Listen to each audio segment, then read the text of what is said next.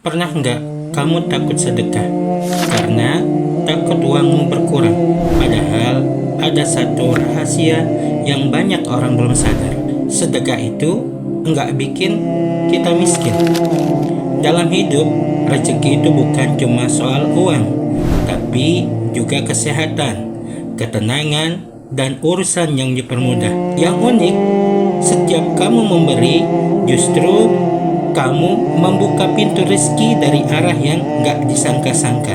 Kadang balasannya tidak selalu harta, tapi masalah yang tiba-tiba dipermudah, atau hati yang jadi lebih tenang. Sedekah itu bukan soal jumlah, tapi soal keikhlasan.